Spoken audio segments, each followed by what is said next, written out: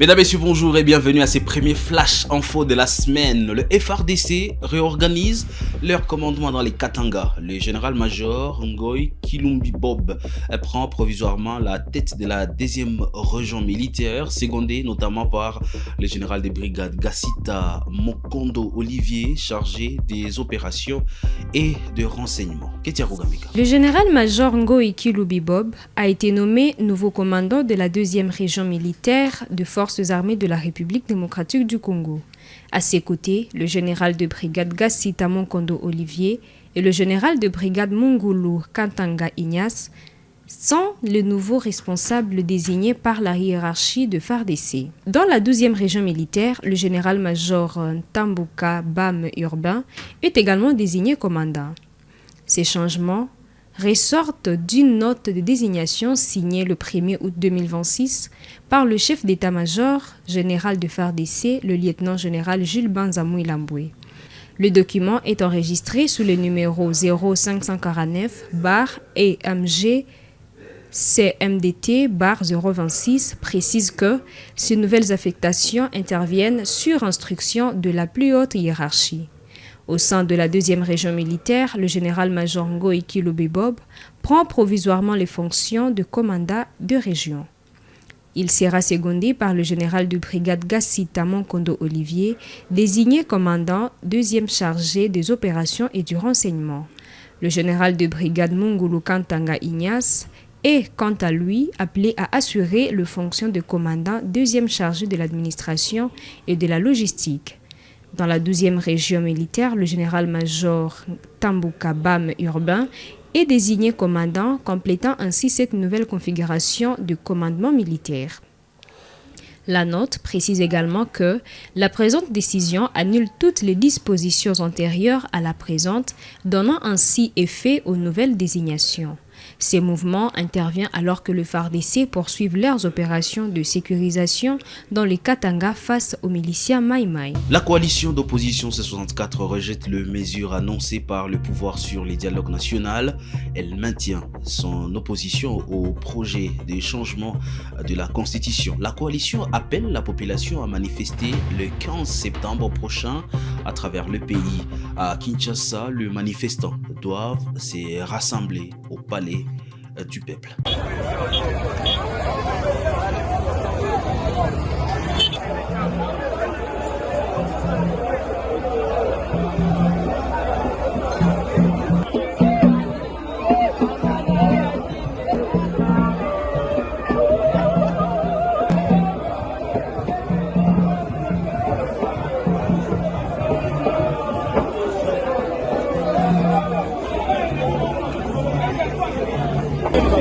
À 764 jours de l'échéance constitutionnelle de la convocation de la prochaine élection présidentielle et à 889 jours de la fin du second et dernier mandat de M.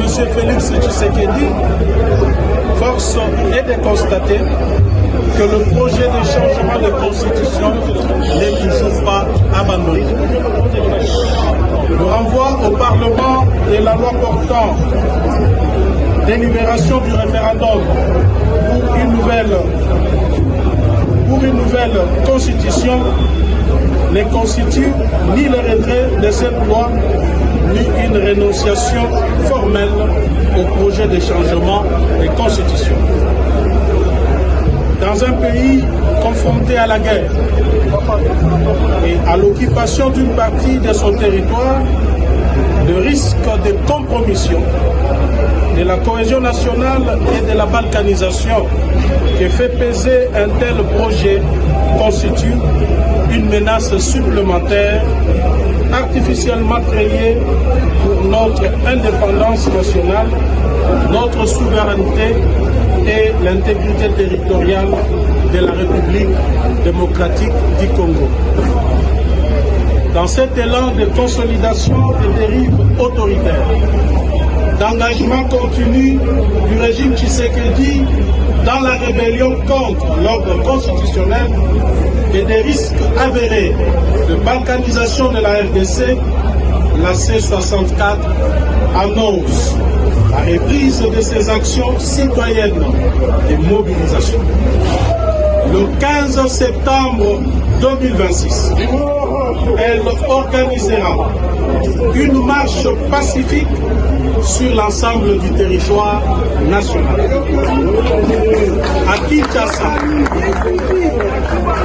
À Kinshasa, plusieurs points de rassemblement seront déterminés pour converger vers le palais du peuple, siège de la représentation nationale. Pourquoi là-bas?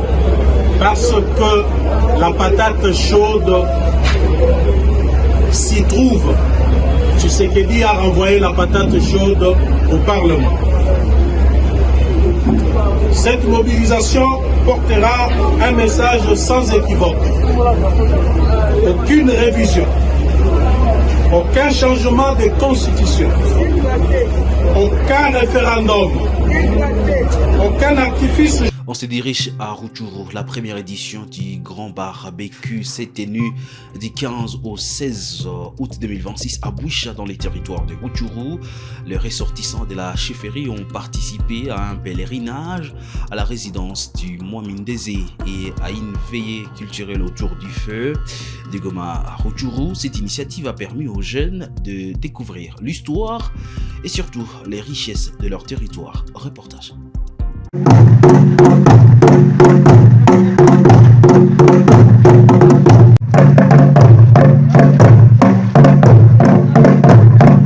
Ils ont été nombreux les jeunes et les familles originaires de la chefferie de Bouicha, qu'ils vivent à Goma ou sur place.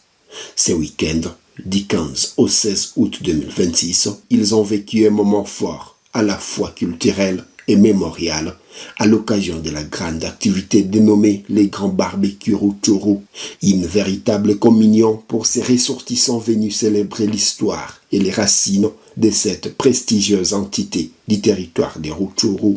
Pour cette première journée, le groupe a été chaleureusement accueilli à la résidence du Mwami Patrick Ndeze. Sur place, ils ont visité des tombeaux des grands chefs coutumiers et contemplation d'images d'archives inestimables. On y découvre notamment le Mwami Ndeze accueillant le roi Baudouin dans sa résidence, ou encore le Mwami Ndeze Rugabo II aux côtés des figures majeures de l'histoire politique de la RDC, comme Patrick Lumumba. Le parcours s'est poursuivi par la découverte du bureau administratif de la chefferie, ancrant le présent dans la continuité institutionnelle. Moi, c'est Assadi Itimana. Je suis promoteur de culture et de tourisme et originaire de Bouicha. Nous appelons des Banyaboucha, certains utilisent les mots Banyarutshuru et tout, mais on dit ça ne sert à rien de s'appeler comme ça sans connaître ses origines. Aujourd'hui, j'ai mené les gens, les frères, les sœurs, les enfants, en fait, et tous ceux qui ont cru à mes aventures, à venir découvrir c'est quoi les Boucha. Pour qu'un jour, à chaque fois, quand ils se diront, nous sommes des Boucha, et qu'ils connaissent au moins, qu'ils aient au moins des repères, savoir c'est où Boucha, c'est quoi Boucha, et connaître l'histoire. Parce que c'est en connaissant l'histoire de Boucha qu'on sera fier d'être Munyaboucha.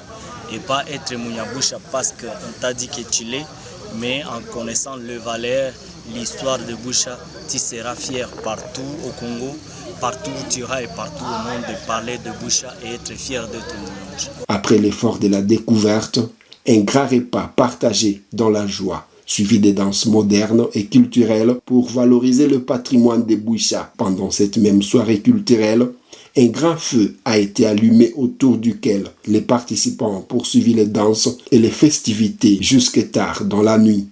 Une occasion unique pour ces jeunes, fiers de fouler le sol natal de leurs parents et grands-parents, de renouer avec leurs origines. Je viens de découvrir une chose et cette chose-là m'a donné encore beaucoup de force. J'ai vu une photo, le Mwami Ndeze avec roi Baudouin. J'ai vu une photo, le Mwami Ndeze avec Lumumba. J'ai vu une photo, le Mwami Ndeze à la table ronde. Ça veut dire le Mwami Ndeze a lutté pour l'indépendance. Ça veut dire le Mwami Ndeze a combattu avec Lumumba pour l'indépendance du Congo. Et ça veut dire, tout Munyabusha devait se sentir d'abord fier d'être congolais et fier d'être Munyabusha. Que ceux qui disent que le Munyabusha n'est pas congolais comprennent que le Munyabusha a combattu pour l'indépendance du Congo. Donc si aujourd'hui nous avons le Congo qu'on appelle Congo ici, nous avons un Mwami Daniel, notre grand-père, qui a combattu, qui a fait tout pour que le Congo soit le Congo aujourd'hui. Alors nous qui portons son sang, nous les descendants de Daniel, nous devons être fiers de ce que nous avons et marcher au Congo en se disant nous sommes Banyabusha et être fiers. Le dimanche 16 août, après un déjeuner collectif, le groupe s'est dirigé vers le barrage hydroélectrique de Matébé, géré par Virunga Énergie. Une visite guidée des installations techniques qui a mis en lumière le dynamisme énergétique et le développement de la province du Nord Kivu avant l'exploration d'autres sites remarquables de la chefferie de Bouicha.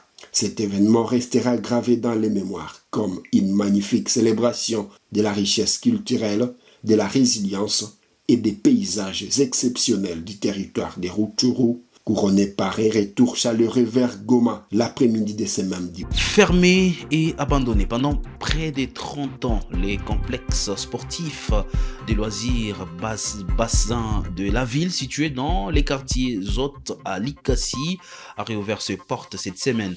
Cette réouverture redonne vie à ces lieux emblématiques de la ville situés à 120 km de Lubumbashi dans le Haut-Katanga. Reportage. C'est une nouvelle page qui s'ouvre pour le bassin de la ville de Likasi. Après près de 3 décennies d'abandon et d'inactivité, ce complexe sportif et de loisirs situé au quartier Zout a officiellement rouvert ses portes. La cérémonie était présidée par le maire adjoint Jamujinga Mushinji, concomitamment avec le grand chef de la chefferie de Basanga, Mathieu Pembamoto. La réhabilitation des infrastructures publiques portée par le maire de Likasi, Henri Mungombatamba, depuis son avènement à la tête de la ville. Presque tout est en effet avec la participation de tous. La remise en état de notre légendaire bassin de la ville, des abattoirs publics, je m'emploie à donner à notre entité sa robe d'une ville moderne où il fait beau vivre. Les travaux réalisés par l'entreprise Museba Engineering and Consulting ont permis, dans une première phase, de remettre à neuf plusieurs installations. La piscine destinée aux enfants et aux adultes, la terrasse ainsi que les salons VIP destinés notamment aux réunions et autres rencontres ont été réhabilités et équipés.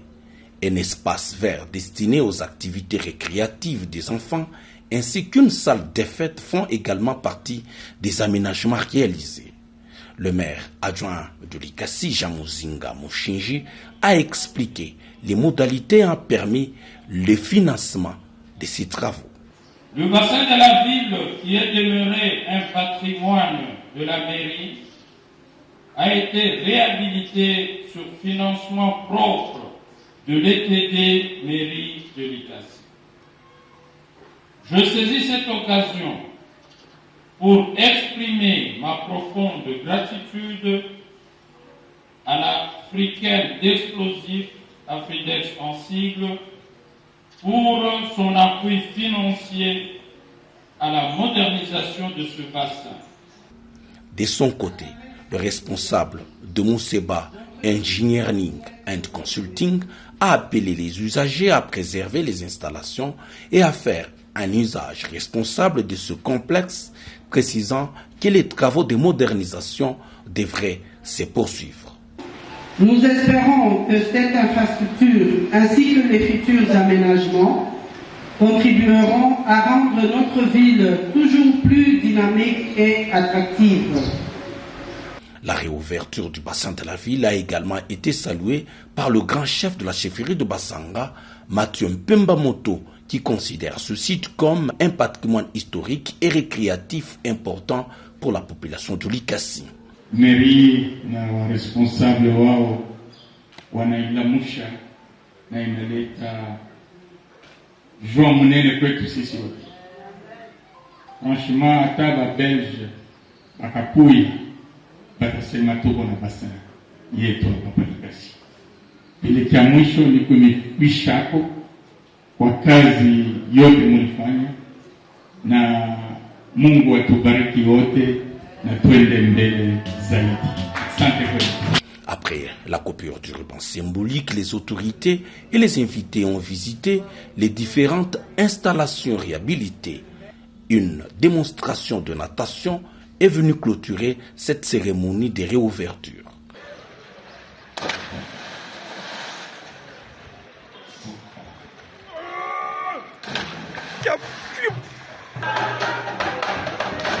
Selon les rappels historiques, Henri Mungomba Tamba est le troisième maire à engager les travaux de réhabilitation du bassin de la ville après feu lieutenant-colonel Masevo Lemvodi Matundu et feu Kitani Kamwenda, ancien commissaire sous-régional de Likasi, équivalent au maire.